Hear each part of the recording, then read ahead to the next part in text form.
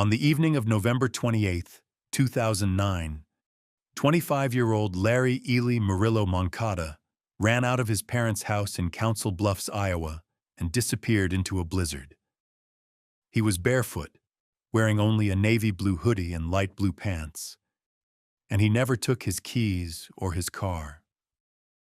His mother Anna watched helplessly as her son fled into the snowstorm, knowing something was terribly wrong.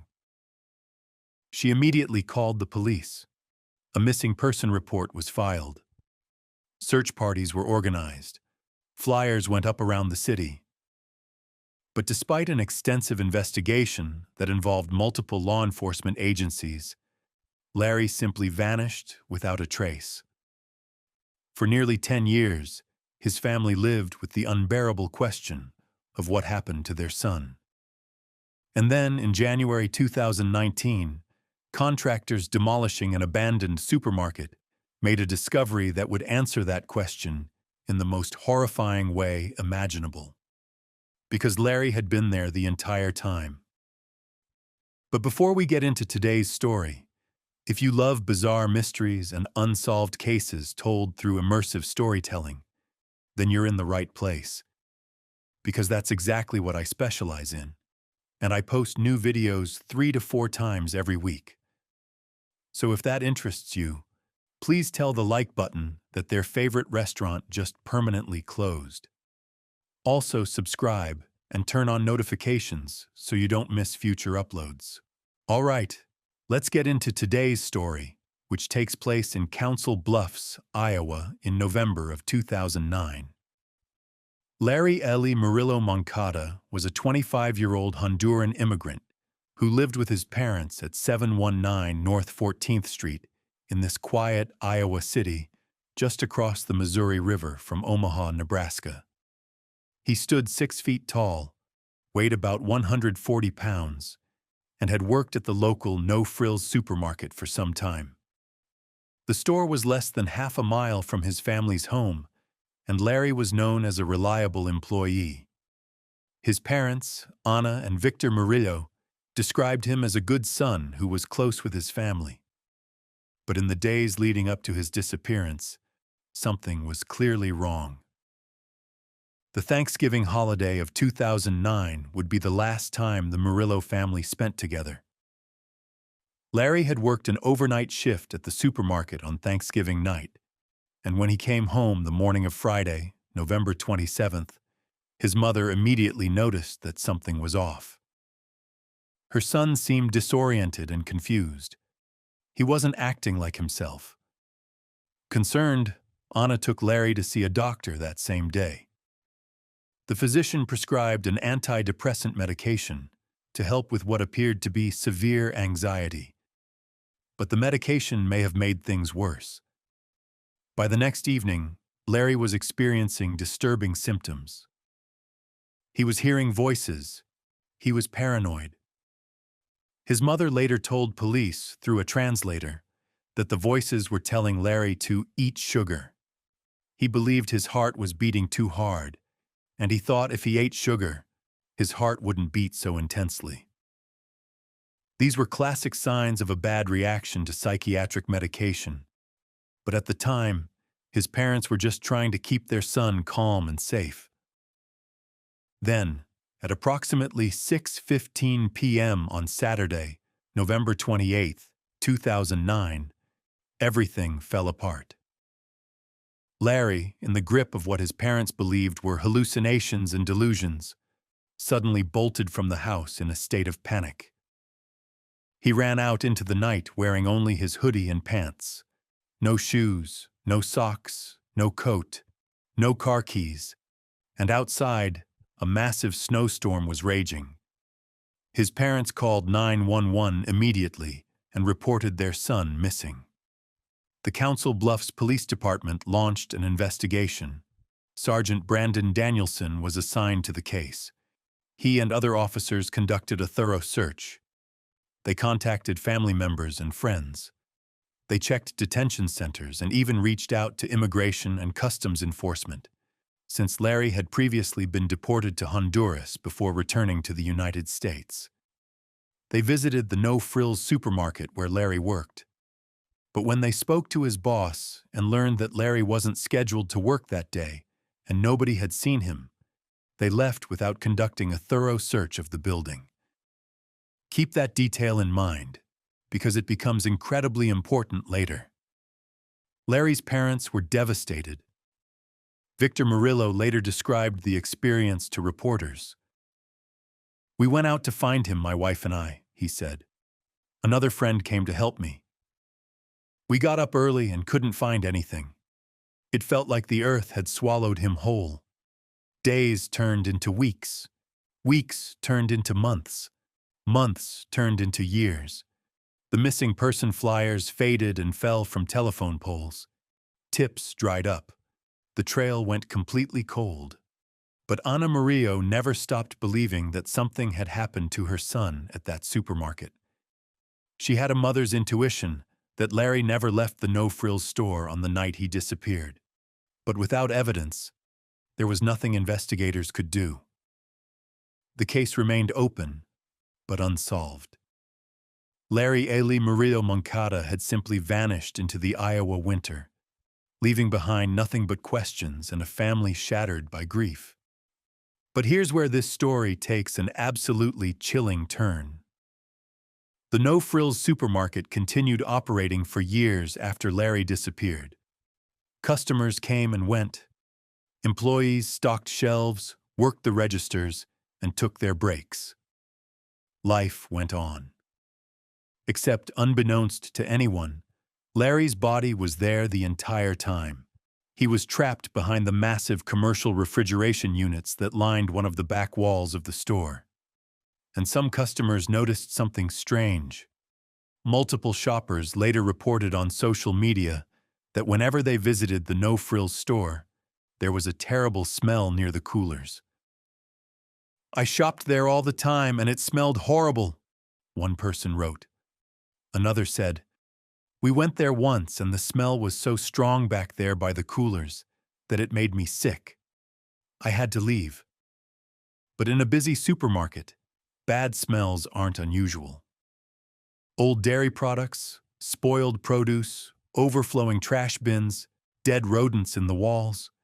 These are all common sources of unpleasant odors in grocery stores. Nobody ever suspected the truth. The store eventually closed in 2016, 7 years after Larry disappeared. And for 3 more years, the vacant building sat empty on West Broadway, still holding its dark secret. Then came January 24th, 2019, nearly 10 years to the day after Larry Ely Murillo-Moncada ran into that snowstorm. A crew of contractors arrived at the former No Frills supermarket to begin dismantling the interior. They were there to remove the shelving units and the large commercial coolers to prepare the building for demolition or renovation. The coolers were massive, about 12 feet tall, and they were built directly against the back wall of the store with only an 18-inch gap between the units and the wall itself. That narrow space was used for running electrical wiring and refrigeration lines. As the contractors began the process of pulling the cooler units away from the wall that morning, one of them noticed something in the gap. At first, it wasn't immediately clear what they were looking at. But as they got a better view, the horrible reality set in. There was a body wedged in the space behind the coolers. It was so severely decomposed that identification wasn't possible at the scene. The workers immediately called the police. Sergeant Brandon Danielson, the same investigator who had worked Larry's missing person case back in 2009, was still with the Council Bluffs Police Department. When he got the call about a body being discovered in the old No Frills store, his mind immediately went to Larry Ely Murillo-Moncada. "We have missing persons all the time," Danielson later told reporters, "but this is just unique." The remains were sent to the Iowa Division of Criminal Investigation Crime Lab for analysis. The body was so decomposed that it took months to make a positive identification. But there were clues. The remains were wearing a navy blue hoodie and light blue pants, exactly what Larry's parents had described him wearing the night he disappeared.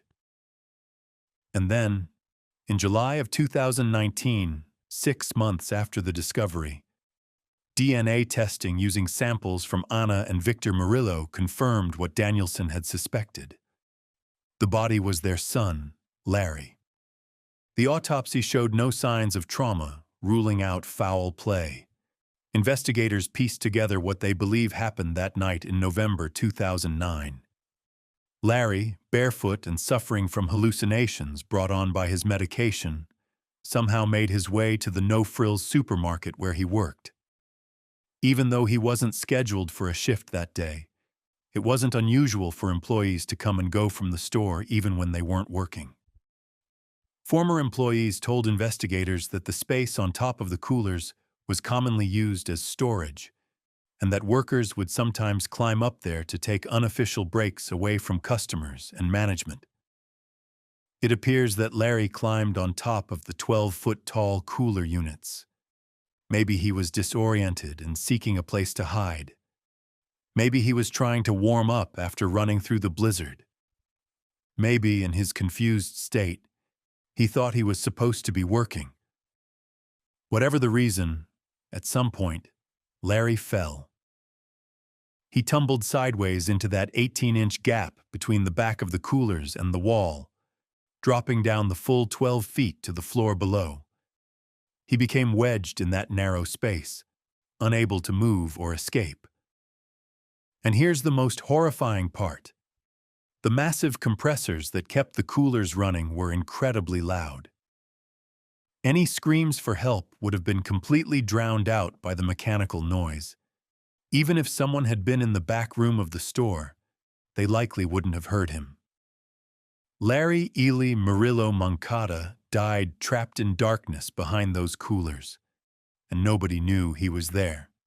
For 7 years, customers shopped in that store, walking past those coolers, some of them complaining about a strange smell, but never knowing that a human being was decomposing just feet away from them. For 3 more years after the store closed, Larry's body remained there in the empty building, waiting to be discovered. When the news finally broke in July 2019 that the body had been identified, Victor Murillo spoke to reporters about the anguish his family had endured for a decade. "Our heads are spinning, finding this out after so many years, and it is distressing," he said. "It makes us feel a lot of pain." His wife Anna had been right all along. Larry never left that store. The case was officially ruled an accidental death and closed. There's no indication that anyone could have prevented what happened, or that the store had any knowledge that Larry was behind those coolers. It was simply a perfect storm of tragic circumstances. A young man experiencing a mental health crisis, a snowstorm, a familiar workplace, a hidden space, and a terrible fall. But questions remain. How did Larry get into the store that night? The police report from 2009 doesn't indicate whether the building was locked or unlocked. Did he still have a key? Did he know of an unlocked entrance? And why did the initial police search not include checking behind the coolers? Former employees had told investigators it was a common hangout spot. Would a more thorough search have found Larry in time to save him? We'll never know. What we do know is that for nearly 10 years, a family searched desperately for their missing son, never suspecting that he'd been less than half a mile from their home the entire time. And in the years since this case was solved, it's become one of the most shared and discussed mysteries on the internet. A reminder that sometimes the answers we're looking for are hidden in the last place anyone would think to look. So that's gonna do it. Until next time, see ya.